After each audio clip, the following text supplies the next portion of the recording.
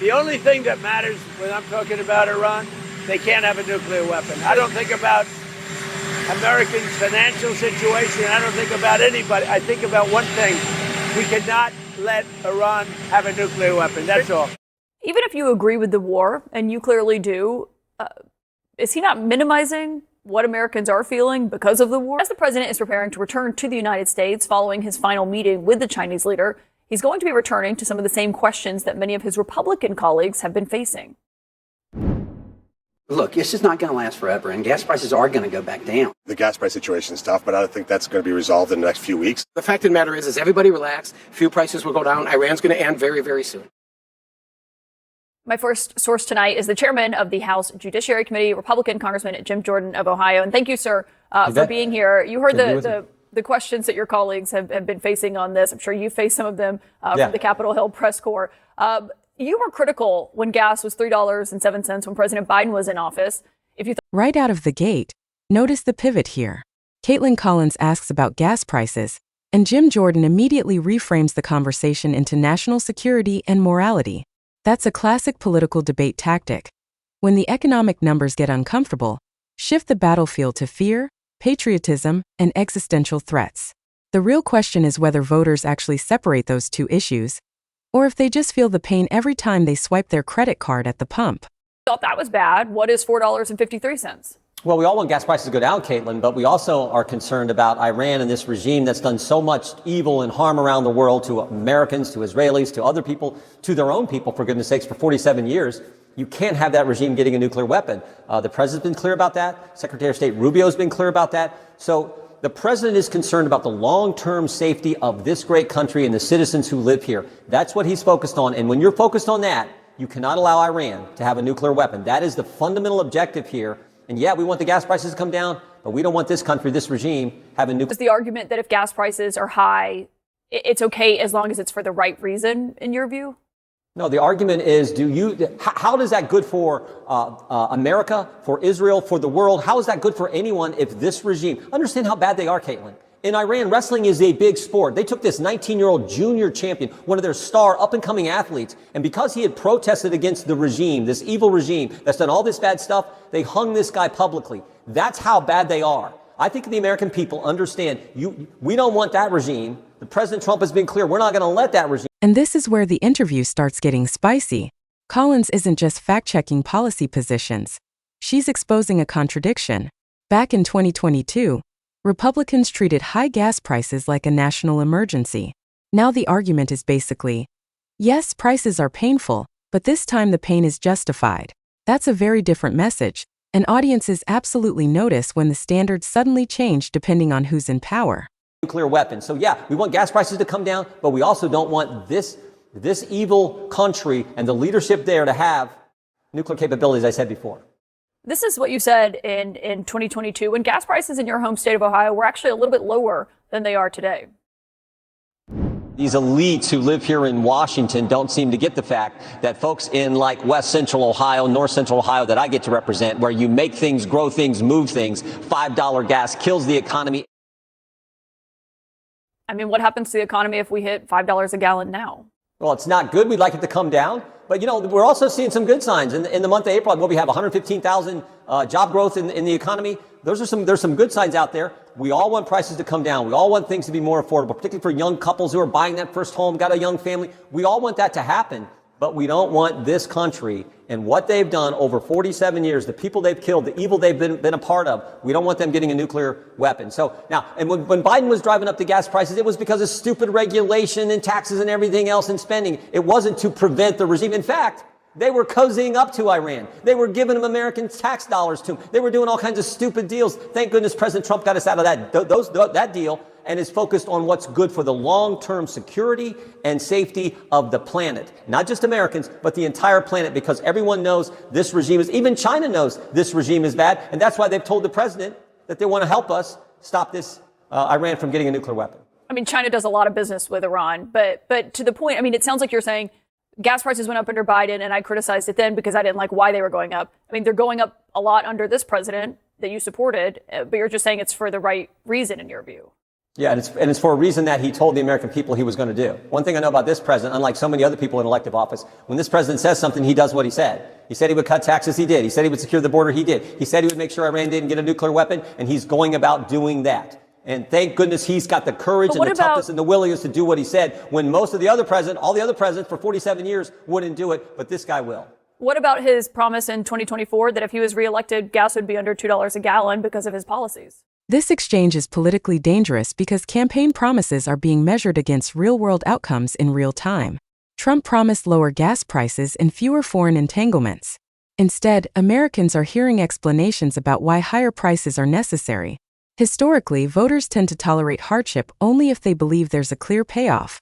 And that's the gamble being made here. Well, gas prices were coming down until we had to deal with this situation. But, you know, that's life. That's dealing with world and the world we live in. I think the country gets the fundamental fact. And I know I understand this. President Trump makes decisions that are in the best interest of our nation. 250 years, greatest country in history. He makes decisions that are going to help our country and the long-term security and safety of the people he has. And I think you want a commander-in-chief like that. You want a commander-in-chief who's willing to do tough things that he knows are good for us, all of your viewers, everyone in this country, and frankly, everyone around the world. It is good if Iran doesn't get a nuclear weapon. But if someone's listening to you and they were paying $2.98 a gallon of gas before the war started, and now they're paying $4.53, I mean, saying that's life might not, make them feel better. Those are your words. Those are your words, not mine. I'm saying. No, you said that's life just now. This is the situation.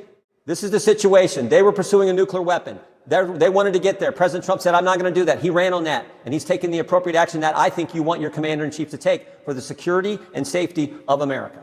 But he also ran on bringing gas prices to under $2 a gallon. I mean, are voters supposed to look at that and say which one Hopefully we'll get there soon. I want gas prices low, too. I mean, we all want gas prices low. Who doesn't, for goodness sake?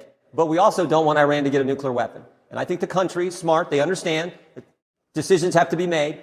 Let's focus on getting those gas prices down as quickly and as fast as we can. But let's also focus on making sure that this regime, who was willing to hang a 19-year-old star athlete in their country, willing to do that, let's make sure they don't have a nuclear weapon.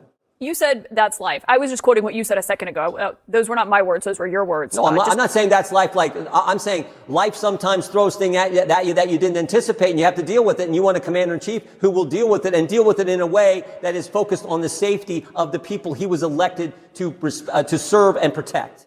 The president was asked about this as he was departing the White House for China, and this is what he told reporters about that. Mr. President, to what extent are Americans' financial situations motivating you to make a deal? Not even a little bit. The only thing that matters when I'm talking about Iran, they can't have a nuclear weapon. I don't think about Americans' financial situation. Okay, a pause. This quote is the kind of soundbite political strategists dream about. I don't think about Americans' financial situation is the sort of line that can dominate campaign ads for months because most viewers won't care about the broader context. They'll remember the emotional impact. In politics, perception often moves faster than nuance. And honestly, can you imagine the media firestorm if a Democrat had said this exact same thing? I think about anybody. I think about one thing. We cannot let Iran have a nuclear... The war, and you clearly do. Is he not minimizing what Americans are feeling because of the war? No, come on, Kaitlan. This is a president who did the largest tax cut in American history, letting American families keep more of their money. Of course he cares about them having the revenue and the sources and affordability concerns. This is the president who said we should suspend the gas tax to help families deal with the price they're paying for fuel at the pump today. So, of course he cares about that, just like I care about this, just like we all care about that. But he also cares about making sure this country long-term is safe. And again, I've said it several times, I think that's what you want in a president. That's what you want in a commander-in-chief. That's what you want in your leader. As the chief executive of the executive branch of our government, that's what you want. So I think you can be focused on all that, try to help on all that, but you have to deal with... This is the emotional divide at the center of the entire debate. One side sees Iran as a long-term geopolitical threat that requires aggressive action now. The other side hears all of this and thinks, that still doesn't help me afford groceries, rent, or gas. And politically, kitchen table issues usually hit harder than foreign policy, unless Americans feel personally endangered. The Secretary of State, according to the president, they were close to getting this capability, and that's why he took the action he did. In your view, is the cost of a gallon of gas reflective on the president's job performance? No, the president I think he's done a great job. He's done what he said. As I said before, he's cut taxes, secured the border, did it in record time on securing the border. Things that we all ran on that the American people elected us to do. We've been able to do that. And like I've said now, we want the gas prices to come down, certainly, but we also have to deal with this threat. That is very real. That is as real as it gets. These people are as dangerous as it gets. 47 years, they've killed Americans, they've killed Israelis, they've killed others, they've killed thousands of their own people, including their star athletes. So that's the situation we're in. President Trump understands we have to address that. But do you think Americans feel that way? I mean, you look at CNN polling, 70% of Americans say that he's doing a bad job on the economy. That is rare for President Trump. I don't even think he got below 50% even during COVID in his first term. I mean, when was the last time 70% of Americans agreed on anything? I think most Republicans think President Trump's doing a good job. I've seen polling. I don't trust all the polling you see. All I know is I think Americans appreciate leaders who actually do what they said they were going to do. And President Trump does that better than any elected official I've ever seen. And he's working on that, Kaitlan. And look, let's hope they do come down. We're working on bringing them down. There's things we can do. Earlier this week, he proposed a moratorium on the or scaling back the gas tax for a while for some time frame. I'm all for looking at those kind of things as well. But let's focus on the objective here. Americans like presidents who keep their promises. You were just questioning a witness about this today, someone who said one thing on the campaign and did something when in office. The president said he'd bring down inflation and gas prices would be under $2 a gallon. Neither of those things are close to being true right now as we talk. Well, his term's not up. He's going to keep working on that, and hopefully we'll have him down before the midterm. But I don't think he said, I'll do it by the end of my term. He said on day one, in the first 6 months. Well, when they come down, we'll come back down. We'll come back. When prices come, we'll come back and talk about it. But the focus right now is making sure this regime doesn't have the capability to do the evil that you could do with a nuclear weapon. So that's what he's trying to prevent. That's what he's going to stop, and that's what he told us. And here's the bigger strategic question moving forward. Are Democrats actually capable of turning moments like this into effective messaging, or will this just disappear into the nonstop chaos of the news cycle? Because modern politics isn't just about who's right. It's about who controls the narrative long enough for voters to remember it on Election Day.